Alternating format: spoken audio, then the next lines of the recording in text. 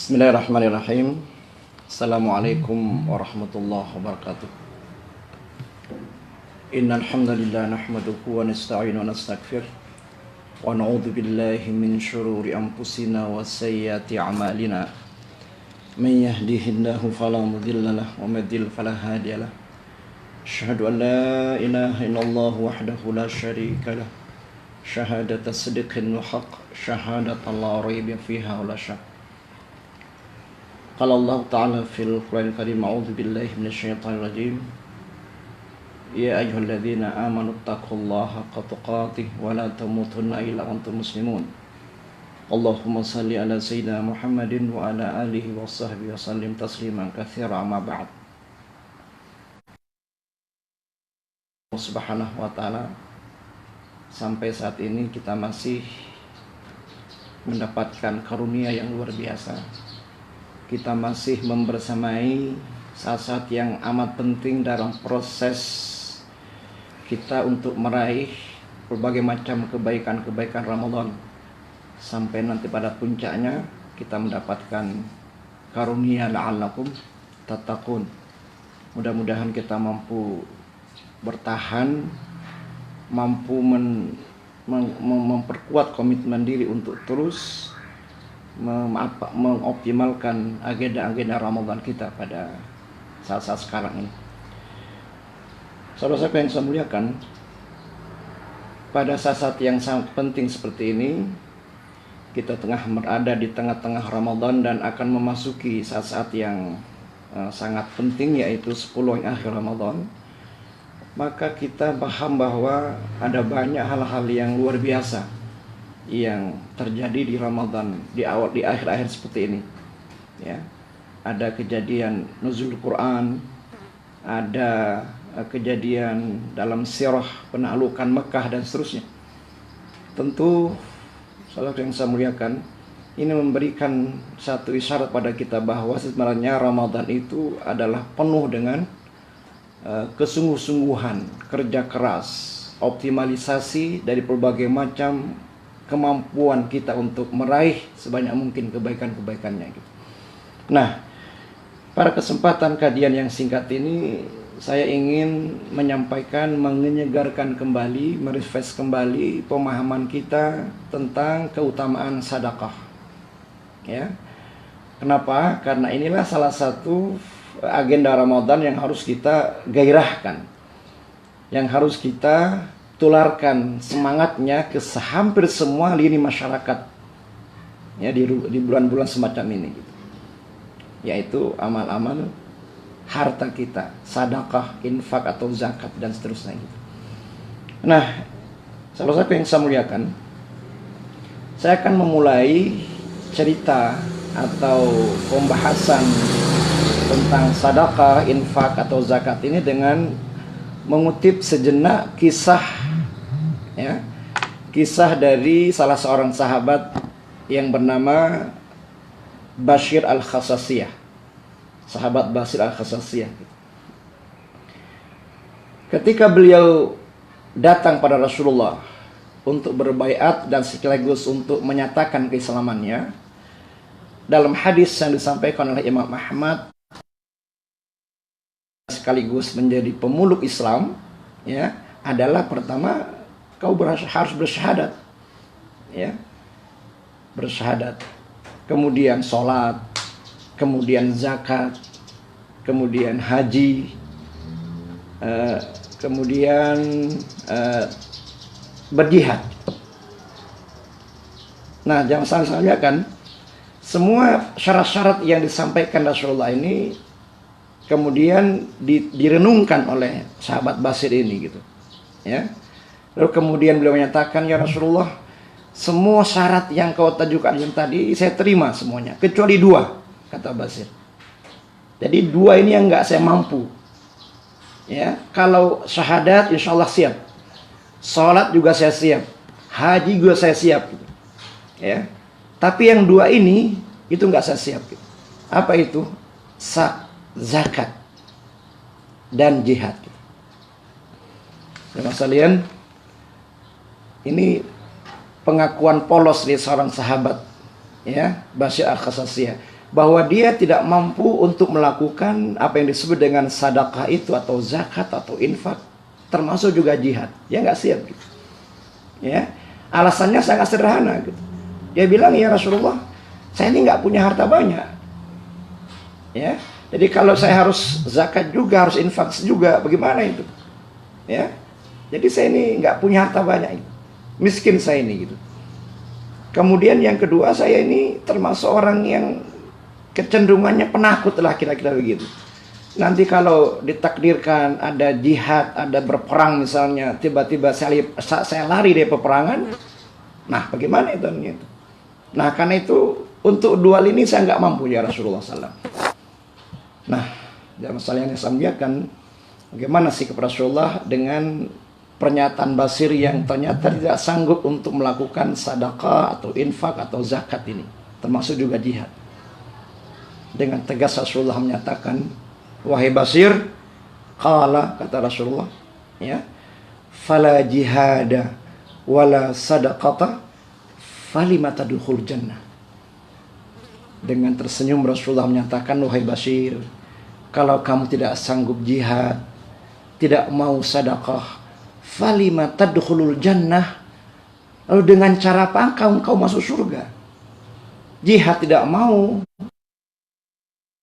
nggak mau, infak nggak mau karena mungkin alasannya miskin dan seterusnya, lalu dengan cara apa engkau masuk surga? Falima tadkhulul jannah, kata Rasulullah. Lalu kemudian Basir merenung sejenak, sambil kemudian Rasulullah mengambil tangan beliau, ya, kemudian digoncang-goncangkan, lalu kemudian dikuatkan oleh beliau, lalu beliau menyatakan, baik ya Rasulullah, sekarang saya siap untuk jihad, siap untuk sedekah, zakat ataupun infak. Nah, ini inspirasi yang luar biasa untuk kita semua jamaah sekalian saya doakan, terkait dengan sesungguhnya sekelas para sahabat juga, mereka juga masih menawar gitu. Ya, salah satu yang ditawar adalah zakat, infak, sedekah. Ya. Karena itu adalah hal yang wajar kalau kemudian zakat, infak, sedekah ini satu ibadah yang kadang-kadang membuat kita merasa berat gitu ya, merasa berat. Kalau saya yang saya muliakan, apa sebabnya atau apa rahasianya? Rata-rata kita ini seolah-olah kemudian ya, kalau yang namanya infak, sedekah atau zakat itu kita merasa berat gitu, dengan berbagai macam alasan gitu ya. Nah, sebenarnya ini terkait dengan substansi kejiwaan kita sendiri gitu. Ya. Allah menyebutkan kita ini memang sebagai makhluk yang punya sifat kikir, ya, bakhil, ya. Kita juga diciptakan sebagai makhluk yang cinta harta, ya, mengumpul-ngumpulkannya gitu. Wa tuhibbunal mala hubban jamma. Ya, kita sangat cinta pada harta. Kemudian kita hitung-hitung, kita kumpul-kumpulkan dan kemudian lupa untuk menginfakkannya. Ya. Nah, karena itulah sebabnya saya mengatakan, ya, sebenarnya perintah atau ajaran tentang infak sedekah ini, kalau kita lihat Al-Quran, justru merupakan bagian dari cara Allah untuk mensucikan jiwa kita gitu. Jadi sedekah atau zakat atau infak itu disampaikan dia sebagai sebuah ajaran yang kita lakukan, tapi secara langsung, secara bersamaan dia juga bagian dari cara Allah untuk membersihkan, mensucikan jiwa kita gitu.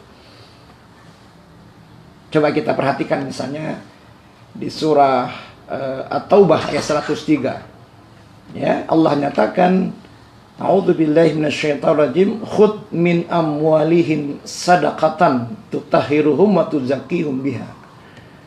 Ambillah dari harta mereka tutahhiruhum, untuk membersihkan mereka, ya, wa tuzakkihim biha, dan untuk mensucikan mereka, membersihkan jiwa kita, mensucikan harta kita, ya, agar kemudian sifat kikir, sifat bakhil, sifat cinta harta kemudian bisa kita kendalikan. Nah, jazakumullah, saudara-saudara yang saya muliakan, mungkin dalam satu kesempatan, ya, kita terpaksa atau kita dipaksa untuk zakat atau infak atau sedekah. Kita keluarkan sejumlah uang kita, ya, kita keluarkan sejumlah harta benda kita gitu. Dan kadang-kadang kita mampu, tapi kemudian disitulah tantangannya, ya, karena kadang-kadang, ya, tanpa kita sadari, begitu kita menyerahkan, memberikan sebagian harta kita, itu tiba-tiba muncul perasaan ria, ya, bahkan dalam situasi tertentu perasaan sombong, ya, apalagi kemudian dalam satu kesempatan orang yang pernah kita kasih itu bermasalah dengan kita gitu. Kemudian kita sebut-sebut, ya, kalau bukan karena saya yang memberikan infak macam-macam. Itu hal-hal yang muncul di permukaan. Karena itu begitu beratnya zakat ini, jazakallah, ya, begitu beratnya sedekah ini, infak ini. Karena itu wajar kalau kemudian asalnya Basir menawar, ya Rasulullah, kalau yang lainnya saya mampu, sedekah, salat, puasa saya mampu, haji pun saya mampu, tapi untuk sedekah ini saya nggak mampu, saya nggak siap gitu. Nah, kita bisa pahami di sini gitu. Ya. Karena itu juga pula sebabnya dalam beberapa ayat, ya, kita diwanti-wanti, ya, untuk kemudian la tubtilu sadaqatikum bil manni wal adza. Jangan kau batalkan, jangan kau rusakkan, ya, sedekahmu, zakatmu, infakmu dengan menyebut-nyebutnya, dengan mengungkit-ungkitnya gitu. Ya. Bukankah ini pernah terjadi pada sahabat Abu Bakar As-Siddiq radhiyallahu anhu dalam kasus hadisul ifki, ya? Setelah beliau tahu bahwa ternyata yang menyebarkan fitnah atau gosip yang menimpa ibunda kita Aisyah ketika itu justru orang yang dekat beliau sendiri. Orang yang dekat dengan beliau, orang yang selama ini beliau bantu, ya. Tapi tiba-tiba kok tega juga ikut menebarkan, menyiarkan isu-isu yang tidak baik tentang Aisyah radhiyallahu anha, yang justru anaknya sendiri Abu Bakar As-Siddiq. Lalu apa kata Abu Bakar As-Siddiq? Ya, dia bilang, aku akan, yang karena itulah kemudian Allah menurunkan surah An-Nur ayat yang ke-12 itu, ya, yang menegur Abu Bakar As-Siddiq. Jangan sampai karena persoalan itu kemudian kita mungkin ungkit lagi atau bahkan akan menghentikan bantuan kita atau infak kita pada si dia atau pada siapapun yang mungkin bermasalah dengan kita gitu. Nah, itu sedikit tentang inspirasi dari sahabat Bashir Al-Khassasiyah terkait dengan ketidakmampuan dia untuk berinfak, bersedekah atau berzakat itu. Saudara-saudara yang saya muliakan, terkait dengan beratnya sedekah atau infak atau zakat ini, saya ingin mengungkapkan bagaimana cara Al-Quran, ya, cara Al-Quran untuk memberikan support kepada kita, ya, agar kita semua bersemangat untuk berzakat atau berinfak atau bersedekah. Ya, saya mencatat paling sedikit ada 10 cara Al-Quran, ya, cara Al-Quran dalam menggairahkan, dalam membangkitkan semangat bersatu pribadi muslim untuk mengurangkan harta kita, berinfak atau berzakat atau bersedekah. Kita perintah untuk para amil, agar amil itu dengan mengambil harta orang-orang yang memang berhak untuk berzakat, gitu, untuk disalurkan pada orang yang berhak menerimanya gitu. Jadi ada 2 perintah di sini, ya. Perintah kepada setiap muslim untuk berzakat atau berinfak atau bersedekah, ya. Yang kedua, perintah kepada para amil, para petugas zakat, agar mereka bersegera mengambil, ya, zakat-zakat di orang-orang yang berhak itu, ya, untuk kemudian dia distribusikan kepada orang-orang yang pada mustahik gitu.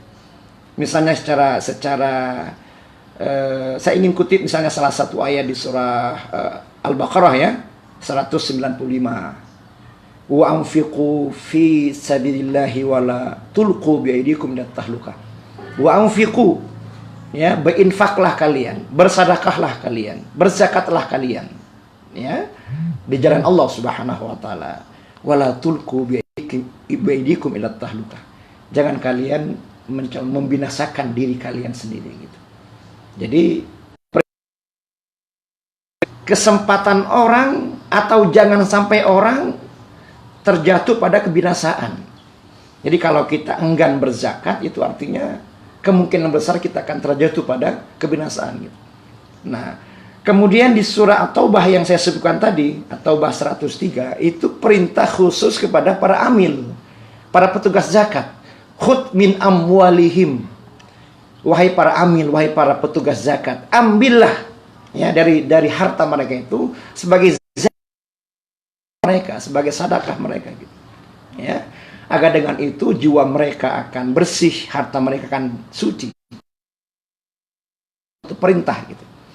Nah, ini pendekatan pertama ya, agar kemudian kita diharapkan berzakat untuk berzakat.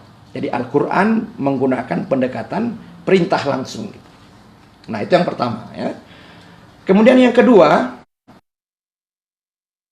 untuk menggairahkan kita berinfak ini atau bersedekah, Allah menceritakannya dalam bentuk penjelasan tentang karakteristik orang bertakwa. Ya.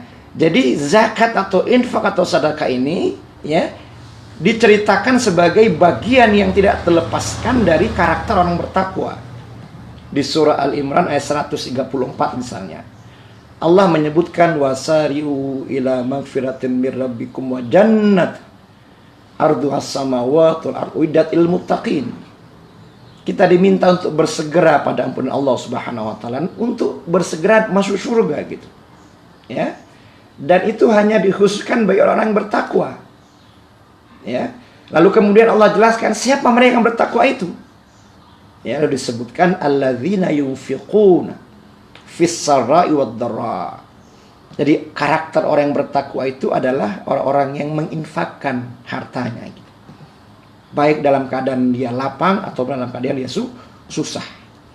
Jadi sekali lagi jamaah sekalian, saudara-saudara yang berbahagia, infak sedekah itu merupakan sifat yang melekat pada setiap orang bertakwa. Ya. Jadi kalau kita merasa bertakwa, kita beriman, maka sesuatu yang lazim kalau kemudian kita menginfakkan, ya, menyerahkan sebagian harta kita untuk kita sedekahkan, kita infakkan, kita zakatkan. Terlepas apakah kita itu dalam kondisi sangat lapang atau kita sempit, gitu. Ya, jadi bukan persoalan kaya dan miskin, tapi ini karakter yang bertakwa. Nah, itu yang kedua, ya. Jadi Allah Subhanahu wa taala melakukan pendekatan, menceritakan, menjelaskan. Yang ketiga, ya, Al-Qur'an menyebutkan terkait dengan infak, sedekah atau zakat ini, Allah dalam Al-Qur'an memisalkan, memperumpamakannya dengan satu benih gitu. Ya. Jadi Al-Qur'an ya menjelaskan kepada kita agar kita itu bersemangat berinfak, ya, bersemangat bersedekah. Allah menyebutnya dengan menanam benih, ya. Jadi orang yang berinfak itu sama persis dengan orang yang menanam benih. Nah, benih yang kita tanam, kalau ada dia subur, dia akan tumbuh, ya. Itu Allah sebutkan di surah Al-Baqarah 261 misalnya, ya. Mathalul ladzina yunfiquna amwalahum fi sabilillahi kamathali habbatin.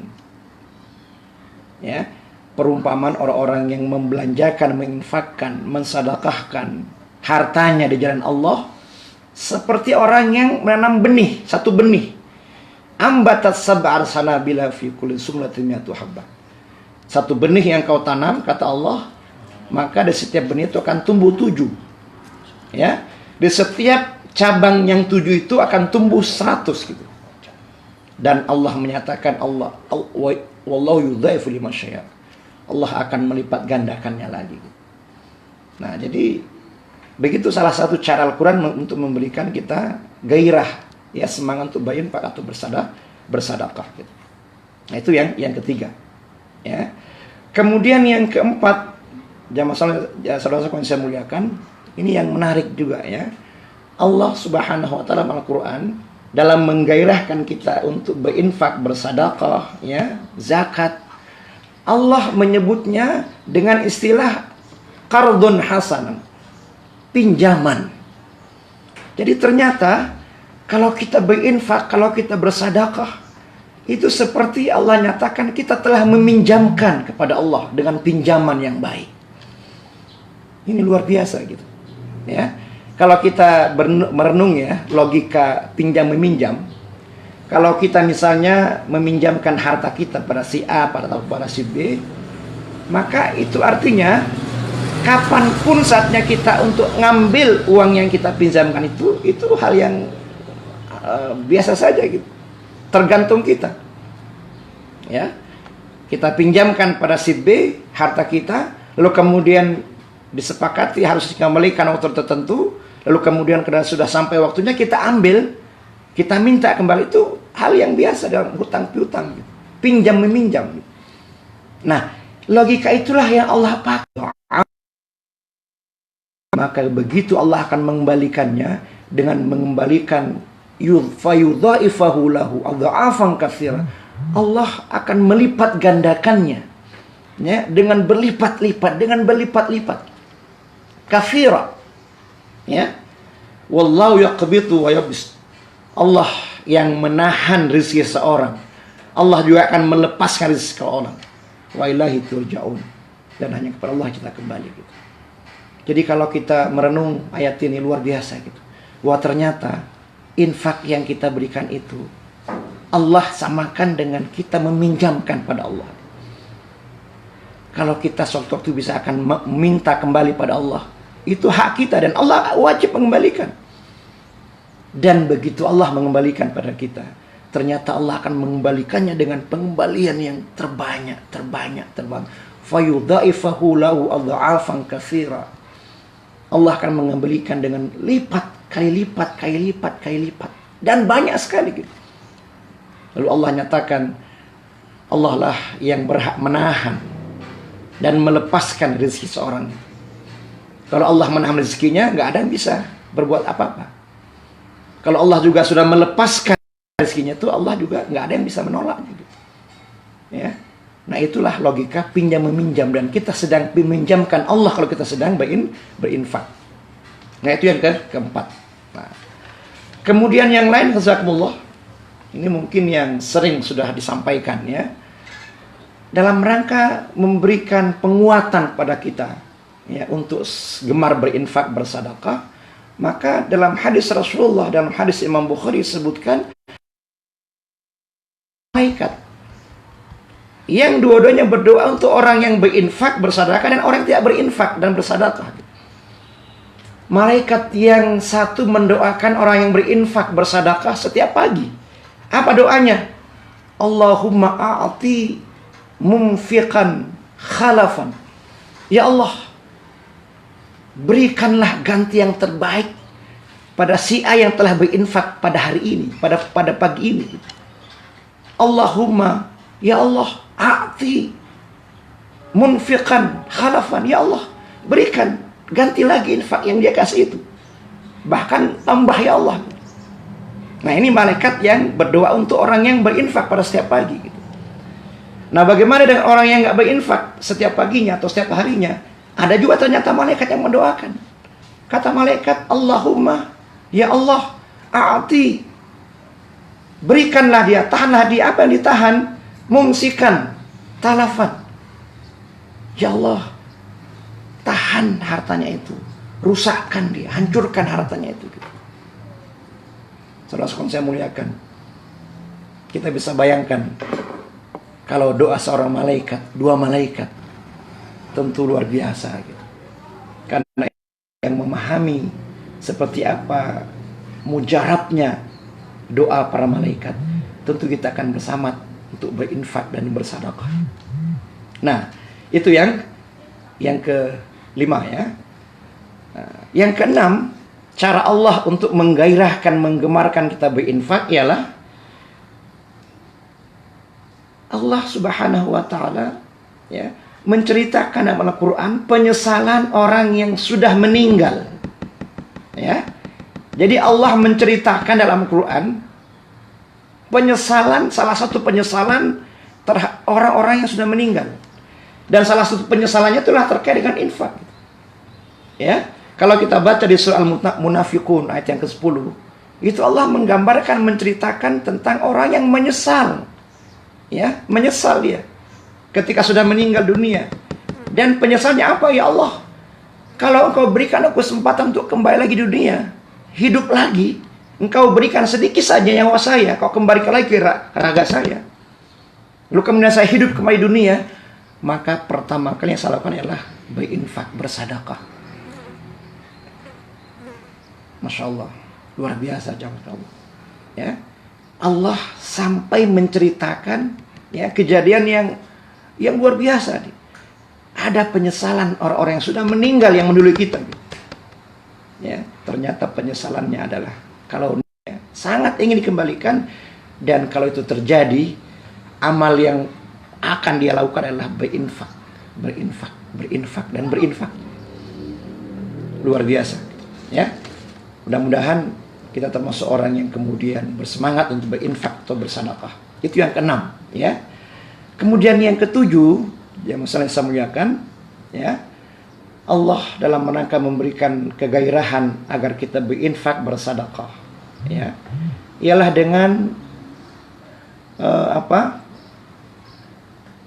menjelaskan perbandingan orang-orang kafir pada kita. Coba lihat di surah Al-Anfal ayat yang 36. Di ayat itu, jamaah sekalian, Allah menceritakan bahwa ternyata orang-orang kafir itu juga berinfak. Walladzina kafaru yunfiquna amwal. Jadi orang-orang kafir itu ternyata juga menginfakkan hartanya, tapi dengan motivasi untuk menghalang-halangi kebenaran. Jadi kira-kira dengan ayat ini Allah akan menyindir kita. Kaum muslimin, wahai orang yang telah menyatakan beriman, wahai orang yang telah berpuasa dan seterusnya. Kalau orang kafir saja berinfak, dan infaknya motivasinya untuk menghalang-halangi kebenaran, apatah lagi kalian orang yang beriman, bertakwa, harusnya tambah berinfak gitu. Jadi logikanya begitu kira-kira gitu ya. Jadi Allah menyindir kita dengan mengungkapkan ungkapan bahwa orang kafir itu juga berinfak, meskipun dengan motivasi yang berbeda. Ya, mereka berinfak untuk menghalangi kita dari kebenaran, sementara kita mestinya harus semangat berinfak agar kemudian kebenaran bisa kita gairahkan di muka bumi ini. Peluang-peluang kebaikan semakin terbuka. Kalau sedekah kita lancar, infak kita luar biasa, maka itu akan berdampak semakin terbukanya peluang-peluang kebaikan di umat ini gitu. Tapi kalau infak ini kita tahan, ya, kita kemudian ya masih dengan sifat-sifat manusia kita yang kikir dan seterusnya, maka juga kita akan melihat betapa agenda-agenda Islam kaum muslim ini ya akan kita laksanakan dengan apa adanya, ala kadarnya gitu. Ya, padahal dengan potensi zakat infak ya itu luar biasa untuk mendongkrak ya, membuka lahan kebaikan di tengah-tengah masyarakat gitu. Jadi sekali lagi Allah menggugah hati kita, menggugah perasaan kita agar kita berinfak sebagaimana halnya. Nah, itu yang ketujuh, jamaah sekalian saya muliakan. Kemudian yang ke-8 ya, Allah dalam Al-Quran kalau kita baca ya, kalau kita hitung-hitung ayat tentang zakat ya atau infak sedekah, itu dalam hitungan 30 kali itu disandingkan dia dengan sholat ya, zakat dan sholat. Aqimis shalah wa atuz zakat, begitu modelnya. Itu kurang lebih ayatnya sekitar 27 ya, 27 ayat sampai 30 ayat. Ayat Al-Quran yang menyandingkan antara perintah sholat dengan zakat, terus digandingkan. Nah, itulah sebabnya salah satu motivasi Khalifah yang pertama, Khalifah Abu Bakar Siddiq, memerangi ketika itu adalah memerangi orang yang memisahkan kewajiban zakat dan sholat gitu. Ya, jadi kalau kemudian, jadi kira-kira maknanya kalau kita bersemangat sholat, makanya harusnya berbanding lurus dengan semangat kita untuk berzakat atau berinfak gitu. Ya, karena terus digandeng dia gitu ya, terus digandeng. Nah, kemudian yang ke-9 jazakumullah, Ya, kalau kita baca Al-Quran terkait dengan zakat, itu ternyata zakat atau infak sedekah ini bukan hanya diwajibkan ya kepada kita sebagai umat Rasulullah, tapi juga diwajibkan, ditekankan kepada umat-umat yang lain. Ya, misalnya saja Nabi Ibrahim, Ishak, Nabi Yakub, itu bisa kita lihat di surah Al-Anbiya ya, ayat yang ke-73. Jadi mereka juga diminta untuk berzakat. Ya, berinfak juga gitu. Ya. Jadi artinya perhatian umat-umat terdahulu pun tentang zakat penting juga ya. Ya. Ini masalah besar gitu. Jadi ternyata zakat ini, infak atau sedekah itu juga dilakukan oleh orang terdahulu. Ya. Termasuk juga Bani Israel. Ya, kita bisa lihat di surah Ibrahim, di surah Maryam ayat yang ke-50. Itu Allah sebutkan kewajiban mereka juga berzakat, berinfak, bersedekah. Ya, ini begitu pentingnya ini masalah sedekah dan infak ini gitu. Sehingga kemudian Allah juga mewajibkan pada umat terdahulu. Ya. Jadi kira-kira kenapa zakat atau infak sedekah ini begitu penting? Ya, ternyata dia memang satu ajaran yang asasi dalam agama ini. Dalam agama terdahulu pun begitu gitu. Ya. Kemudian yang ketiga, yang terakhir jamaah ya, saudara saya muliakan, bagaimana cara Al-Quran zakat atau infak sedekah ini ialah dengan melakukan ancaman. Ini yang terakhir ini gitu. Kalau dengan yang pertama, 2, ketiga sampai ke 9 nggak mempan, ya, tetap saja kita nggak mempan untuk berzakat, berinfak, bersedekah, tetap saja kita menahan rezeki itu. Ya, tetap saja kita tidak mengeluarkan kewajiban-kewajiban kita, ya, maka ancaman yang terakhir itu cara Allah untuk memaksa kita untuk berinfak, ya. Salah satunya misalnya kita baca di surah Taubah ayat yang ke-34, yang ke-35, ya. Allah SWT berfirman, a'udzu minasyaitonir rajim, walladzina yaknizuna adh-dhahaba yunfiquna wa la yunfiquna fi sabilillah wa basyirhum bi'adzabin alim. Orang-orang yang menyimpan emas peraknya, harta bendanya, ya, dan kemudian dia tidak infakkan dari Allah Subhanahu wa taala. Dia hanya simpan harta itu, emas peraknya disimpan, uangnya disimpan, apa harta benda disimpan, nggak pernah dikeluarkan tuh di jalan Allah Subhanahu wa taala. Ya, wala yunfiquna, nggak pernah diinfakkan, nggak pernah disedekahkan, nggak pernah dizakatkan. Ya, apa kata Allah? Fabashshirhum bi'adzabin alim. Berikan kabar gembira pada mereka tentang azab yang pedih.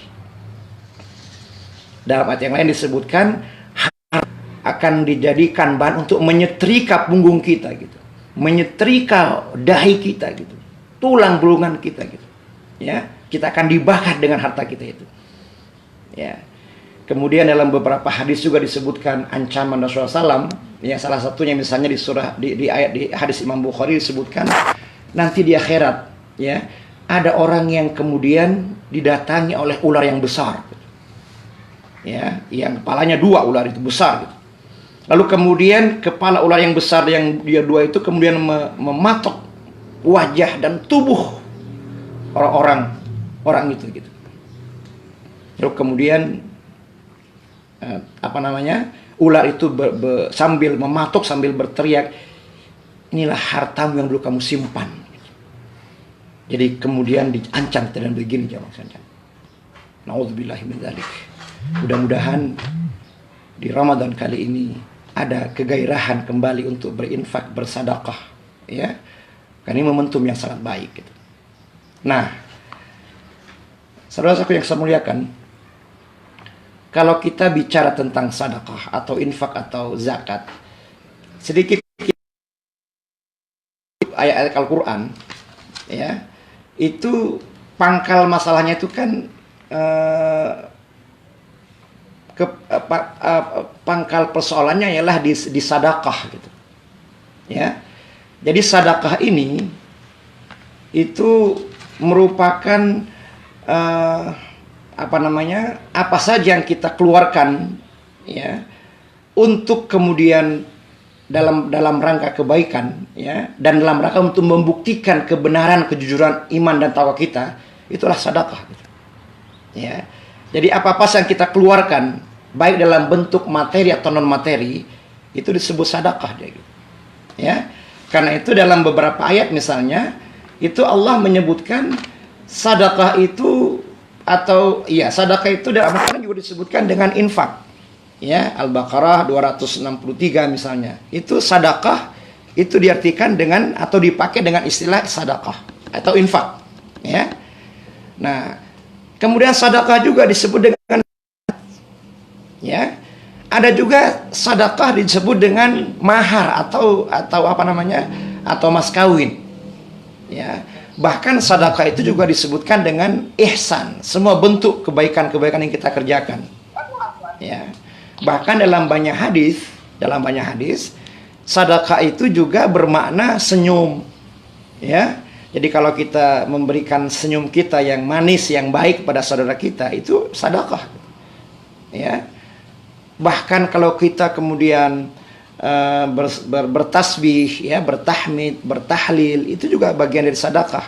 Ya. Menghilangkan gangguan-gangguan di jalan, duri dan seterusnya di jalan, itu juga sedekah. Bahkan, ya, Rasulullah menyebutkan orang yang kemudian mendatangi istrinya, menggauli istrinya dengan baik, itu juga sedekah. Ya, jadi intinya sedekah itu pangkal dari aktivitas kebaikan kita, baik dalam konteks amal-amal yang bersifat maliyah atau materi, ataupun dalam konteks amal-amal yang bersifat non materi. Nah, kalau dia sedekah dalam bentuk materi, itulah yang kita sebut dengan infak. Ya, atau zakat. Ya, zakat. Jadi kalau sedekah itu secara umum, ya, jadi apa saja yang kita belanjakan, yang kita keluarkan untuk kebaikan dan untuk memberikan bukti bahwa kita ini beriman pada Allah Subhanahu wa taala. Karena kata Rasulullah, as-sadaqatu burhan. Sedekah itulah bukti, penjelasan, keterangan. Semuanya orang yang mengkonfirmasikan dirinya dia telah beriman pada Allah Subhanahu wa taala, gitu. Ya. Nah, bentuknya bisa dua. Ada materi, itu yang kita sebut dengan infak.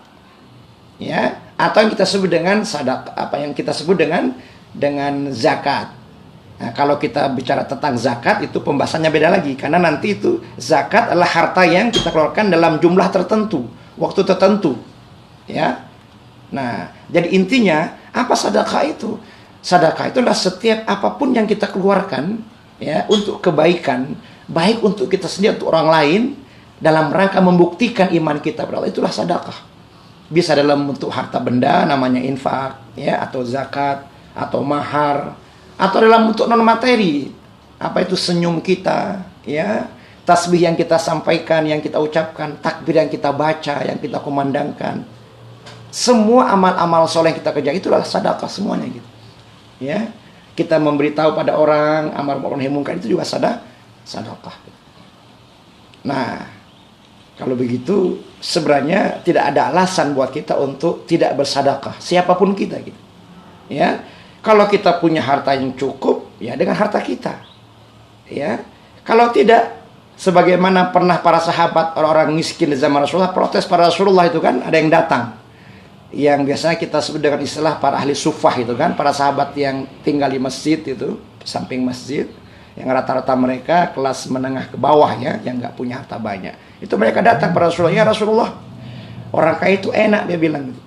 Kenapa? Mereka bisa sholat, ya, mereka juga bisa zakat atau infak atau sedekah. Sementara kami mungkin hanya bisa sholat, tapi nggak bisa infak atau sedekah. Lalu Allah Rasulullah jelaskan, bukankah mengucapkan istighfar itu juga sedekah, ya, takbir juga sedekah, berbuat baik itu sedekah, senyum itu sedekah. Jadi semua kita bisa bersedekah, ya. Nah, termasuk khususnya terkait dengan harta benda kita, memang wajib kita bersihkan, gitu, ya. Begitu kita bersihkan, gitu. Nah, itu kira-kira sekilas, ya, tentang pengertian sepintas tentang sedekah, zakat atau infak. Saudara-saudara saya muliakan, kalau kita bicara tentang sedekah atau infak, zakat, ya, dalam konteks Indonesia ini, ya, Saya membaca satu laporan dari Badan Amil Zakat Nasional gitu ya, atau Basnas ya, bahwa potensi infak sedekah zakat kita itu tidak kurang dari 230 triliun kalau itu bisa kita optimalkan gitu. Itu luar biasa, angka yang besar sekali gitu. Harta benda sejumlah 230 triliun. Kira-kira kalau harta sebanyak ini berada di tangan orang-orang yang soleh, orang yang baik, kira-kira luar biasa dakwah ini. Tetapi sayang, ya, potensi zakat yang luar biasa semacam ini itu hanya baru dioptimalkan pengolahannya kurang lebih 3,5% saja. Kurang lebih ya sekitar 8 triliun gitu ya. Itu masih jauh sekali. Ya. Jadi artinya ada space yang banyak sekali, yang luas sekali untuk kemudian kita sebagai orang muslim yang secara sadar, secara mandiri untuk mengeluarkan zakat infak sedekah kita, juga kemudian bersemangat untuk menelurkan, menggairahkan semangat itu pada orang lain gitu. Mengingatkan saudara kita yang lainnya gitu. Sekaligus mendorong para amil zakat, para lembaga zakat untuk bekerja sebaik mungkin. Karena kadang-kadang kalau kita tanya, Pak, banyak yang lembaga yang nggak kredibel. Ya, kadang-kadang gitu ya kita anukan. Jadi ini peluang yang luar biasa sekali itu, terutama di momentum Ramadan ini gitu. Nah, sekali lagi ada potensi yang luar biasa ya, yang bisa kita optimalkan, kita manfaatkan. Kita sebagai kaum muslimin ya harus sadar secara mandiri kita punya kewajiban untuk mengeluarkan harta kita gitu. Berinfak, bersedekah, berzakat, khususnya di bulan Ramadan ini gitu. Ya. Jadikan infak sedekah sebagai kepribadian kita yang melekat. Ya. Lalu kemudian secara terus-menerus juga kita mendakwahkan, menggairahkan pada orang lain, menularkan semangat infak itu pada orang lain. Lalu bersama dengan itu tumbuh lembaga-lembaga zakat yang punya kapasitas yang profesional. Nah, kita bisa bayangkan zakat infak sedekah yang potensinya hampir lebih kurang 230 triliun itu kita bisa kelola, dan mau kita apakan aktivitas dakwah itu di tangan kita dengan jumlah yang seperti ini jamaah sekalian kan. Nah, jadi sekali lagi mari ya kita sebagai seorang muslim menanamkan semangat untuk menggairahkan semangat zakat ini, infak sedekah ini di tengah-tengah lapisan masyarakat kaum muslimin. Karena yang namanya sedekah, infak itu bukan hanya milik orang-orang yang punya kekayaan lebih saja, tapi setiap orang yang bertakwa, ya, dia punya semangat untuk berzakat. Nah, kemudian bagian akhirnya barangkali saya ingin menyinggung sedikit ya terkait dengan lembaga-lembaga amil zakat, ya. Memang kalau kita ditanya atau bertanya, boleh nggak kita menyalurkan zakat infak sedekah kita langsung lewat amil zakat atau lembaga zakat? Ya secara hukum ya boleh saja gitu. Tapi alangkah indahnya kalau kemudian kita punya kesadaran untuk menyalurkannya lewat lembaga-lembaga amil zakat yang ada sekarang ini ya. Sebab di samping kemudian dana itu akan mampu diarahkan dengan tepat ya, juga kemudian yang paling penting lagi menjaga hati kita gitu. Ketimbang kalau kita langsung menyerahkan, membawa langsung kresek zakat kita itu langsung ke orangnya ya. Nah, itu kadang-kadang muncul lah itu ya hal-hal yang kita nggak inginkan. Nah, karena itu banyak hal-hal teknis ya yang memungkinkan kita terjaga dari hal-hal yang merusak amal kita. Kalau dalam konteks zakat infak sedekah ini kita kemudian menyalurkannya lewat lembaga-lembaga amil zakat yang ada sekarang ini gitu. Nah, mudah-mudahan seluruh potensi umat Islam ya yang tadi saya sebutkan kurang lebih 230 triliun ya, dan hanya bisa dikelola sementara ini sejauh ini kurang lebih 3,5%, kurang lebih 8 triliun ya, itu betul-betul secara pelan-pelan ya kita berdayakan ya. Zakat bukan saja sekedar hal-hal yang bersifat konsumtif, tapi lebih kepada yang bersifat pemberdayaan umat gitu. Nah, itulah strateginya kenapa kemudian penting sekali kita menyalurkannya lewat amil-amil zakat atau lembaga-lembaga amil zakat. Nah, jamaah salat saya muliakan, itu barangkali yang bisa disampaikan ya. Mudah-mudahan sedikit lintasan tentang uraian tentang zakat ini atau sedekah ini kembali menggugah kita untuk bersegera menggairahkan suasana zakat, infak, sedekah untuk kita sendiri, keluarga kita dan orang sekitar kita, dan kita harapkan pada ke depan mudah-mudahan zakat ini menjadi salah satu solusi bagi persoalan ekonomi di umat kita insyaallah. Itu barangkali ya, yang lebih kurangnya mohon maaf. Waalaikumsalam warahmatullahi wabarakatuh. Waalaikumsalam